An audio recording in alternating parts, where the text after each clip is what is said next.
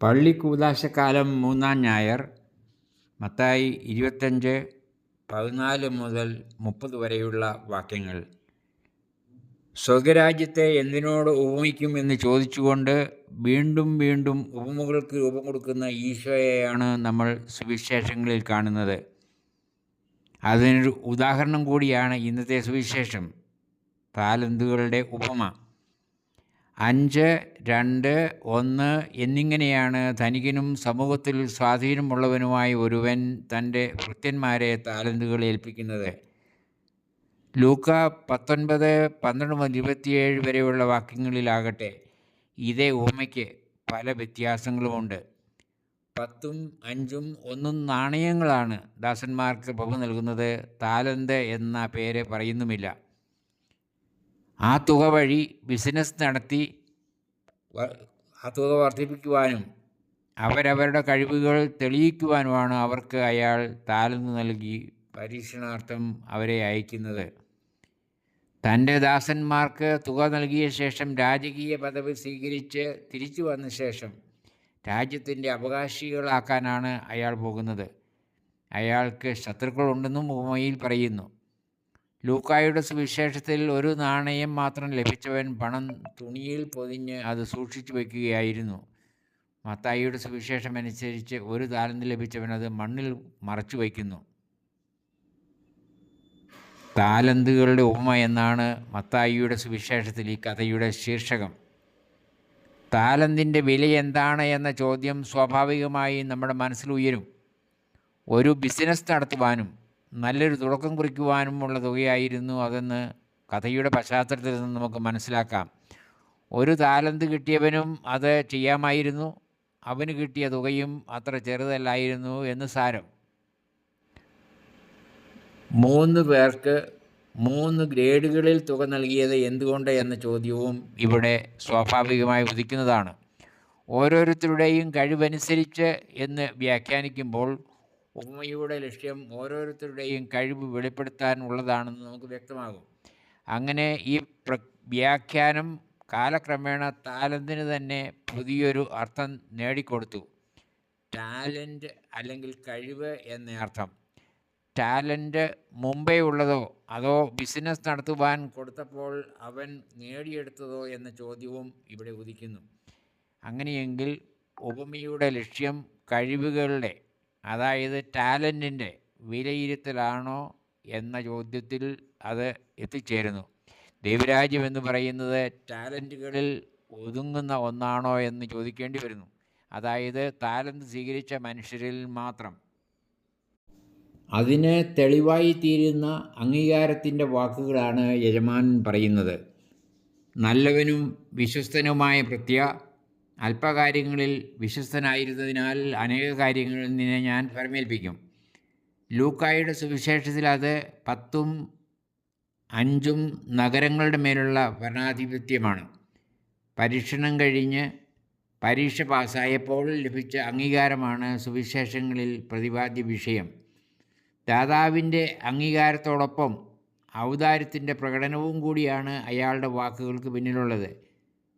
ഈ ഔദാര്യമാണോ ഉപമയുടെ പ്രധാന ചിന്താവിഷയമെന്ന് ചോദിക്കേണ്ടിയിരിക്കുന്നു ഈ പശ്ചാത്തലത്തിൽ. തുടർന്നുള്ള വാക്കുകളും ശ്രദ്ധേയമാണ്.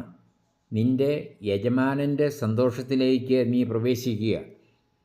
തൻ്റെ ദൂതരെ തൻ്റെ ഭവനത്തിലെ അംഗങ്ങളെപ്പോലെ കാണുന്ന മനോഭാവം ഉപമയ്ക്ക് പുതിയൊരു അർത്ഥതലമുണ്ടെന്ന് വെളിവാക്കുന്നു. യജമാനൻ്റെ സന്തോഷം എന്നത് അവരുടേതുകൂടിയാകുന്നു. അതാണ് സ്വർഗരാജ്യം എന്ന സൂചന നമുക്ക് ഇവിടെ ലഭിക്കുന്നത്. ഒരു താലന്ത് അല്ലെങ്കിൽ ഒരു നാണയം ലഭിച്ചവൻ്റെ മനോഭാവം കഥയ്ക്കൊരു പുതിയ ട്വിസ്റ്റ് നൽകുകയാണ് ഇവിടെ. എല്ലാം ഇരുണ്ട കണ്ണുകളോടെ കാണുന്ന ഭൃത്യൻ യജമാനെ കാണുന്നത് ലുബ്ധനും സ്വാർത്ഥമതിയും കഠിനഹൃദയനുമായിട്ടാണ്. ദാതാവിനെ അംഗീകരിക്കാത്തവൻ, ദാതാവിനോട് സഹകരിക്കാത്തവൻ താലന്ത് കുഴിച്ചു മൂടുകയോ മറച്ചു വയ്ക്കുകയാണ് ചെയ്യുന്നത്. യജമാനെ ഭയപ്പെട്ടിരുന്നതുകൊണ്ട് ഏൽപ്പിച്ച് കിട്ടിയ തുക അതേപടി തിരിച്ചു കൊടുക്കുവാനുള്ള ഉപരിപ്ലവമായ നീതിബോധമായിരുന്നു അവനുണ്ടായിരുന്നത്. മുടക്കുമുതൽ കൊണ്ട് സമ്പാദിക്കുക വികസിപ്പിച്ചെടുക്കുക എന്നീ ചിന്തകൾ അവനില്ലാതിരുന്നതുകൊണ്ട് അവനിലെ ദുഷ്ടതയാണ് ആദ്യം പുറത്തു വന്നത്. അതോടൊപ്പം ദൈവദാനം മറച്ചു വയ്ക്കുവാനുള്ളതല്ല എന്ന ചിന്തയും സൂചനയും നമുക്ക് ഈ ഉപമയിലൂടെ ലഭിക്കുന്നു.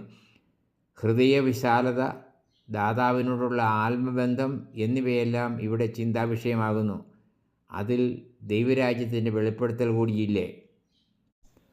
ഉള്ളവന് കൊടുക്കപ്പെടും, ഇല്ലാത്തവരിൽ നിന്നും ഉള്ളതുകൂടി എടുക്കപ്പെടും എന്ന വാക്കുകൾ ഇന്നത്തെ ഉപമയുടെ പശ്ചാത്തലത്തിൽ പ്രസക്തമാകുന്നു.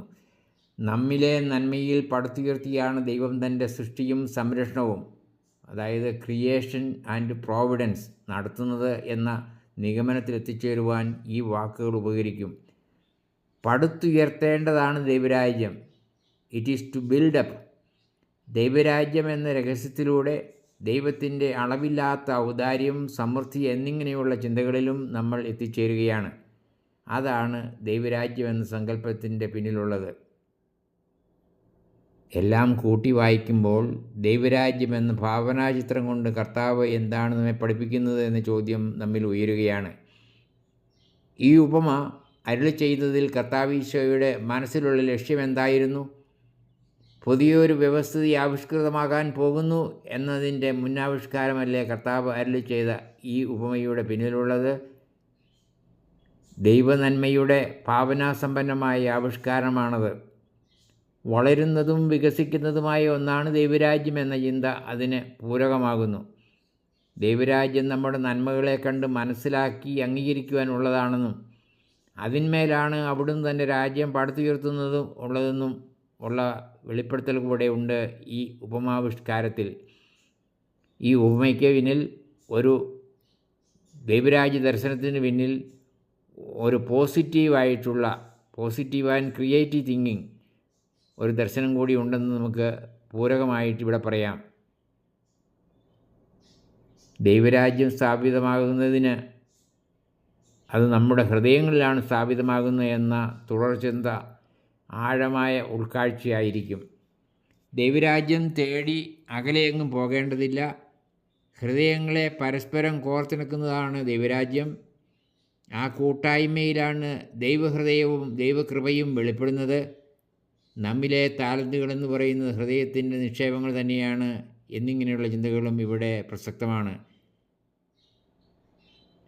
അവസാനമായി, ഈ ലോകം തന്നെയാണ് ദൈവത്തിൻ്റെ ദാനവും സമ്മാനവും എന്ന പ്രായോഗിക ചിന്തയിലേക്ക് നമുക്ക് കടന്നു വരാം. കാലാവസ്ഥയിൽ തുടങ്ങി എല്ലാറ്റിനെയും പഴിക്കുന്ന നമ്മുടെ മനോഭാവം ദൈവത്തെ തള്ളിപ്പറയുന്ന തുറവിയില്ലാത്ത മനസ്സാണ്. തൻ്റെ കഴിവുകളെയും കർത്തവ്യങ്ങളെയും തുണിയിൽ പൊതിഞ്ഞും മണ്ണിൽ മറച്ചു വെച്ചും കൂട്ടുന്നവന് ദൈവം ചൂഷകനും കരുണയില്ലാത്തവനുമാണ്. ദൈവത്തെ തന്നെക്കാൾ ചെറിയ ഹൃദയത്തിൻ്റെ ഉടമയായി കാണുന്നവൻ ദൈവത്തെ തള്ളിപ്പറയുന്നവനാണ്. ജീവിതത്തിൽ നമ്മൾ മിക്കപ്പോഴും നിരീശ്വരവാദികളാകുന്നില്ലേ? അന്തർയാമിയായ ദൈവം തന്നെയല്ലേ നമ്മുടെ സമ്പത്ത്? ദൈവത്തെക്കൊണ്ട് നമ്മൾ കൂടുതൽ നിറയുമ്പോൾ വർദ്ധിക്കുന്നതല്ലേ നമ്മുടെ താലന്തുകൾ? നമ്മിലെ താലന്തുകൾ വർദ്ധിപ്പിക്കണം. അതുവഴിയാണ് നമ്മൾ ദൈവരാജ്യം പടുത്തുയർത്തുന്നത്. നീ എൻ്റെ സന്തോഷത്തിൽ പ്രവേശിക്കുക എന്നാണ് നമ്മുടെ ഉള്ളിൽ വസിച്ചുകൊണ്ട് ദൈവം നമ്മോട് പറയുന്നത്. അതാണ് ദൈവരാജ്യത്തിൻ്റെ ഹൃദ്യവും മനോഹരവുമായ അനുഭവം.